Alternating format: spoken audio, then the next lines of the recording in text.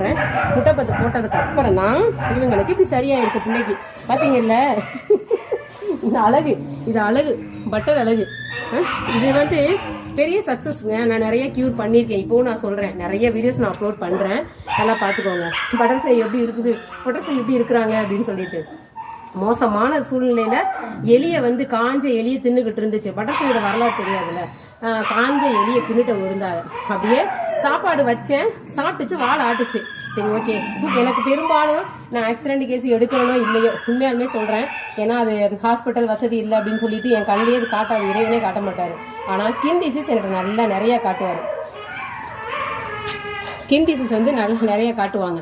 ஏன்னு கேட்டீங்கன்னா அதை நான் கியூர் பண்ணிடுவேன்னு அவர் இறைவனுக்கே தெரியும் போல. இதெல்லாம் மோசமா இருந்தது பட்டர்லாம். இப்ப எப்படி இருக்கான்னு சொல்லிட்டு பாருங்க. பட்டர்ஃப்ளை எப்படி இருக்குது, முடியெல்லாம் பாருங்க எப்படி இருக்குது, எவ்வளவு ஷைனிங்கா இருக்குதுன்னு பாருங்க, எப்படி இருக்கான்னு பாருங்க.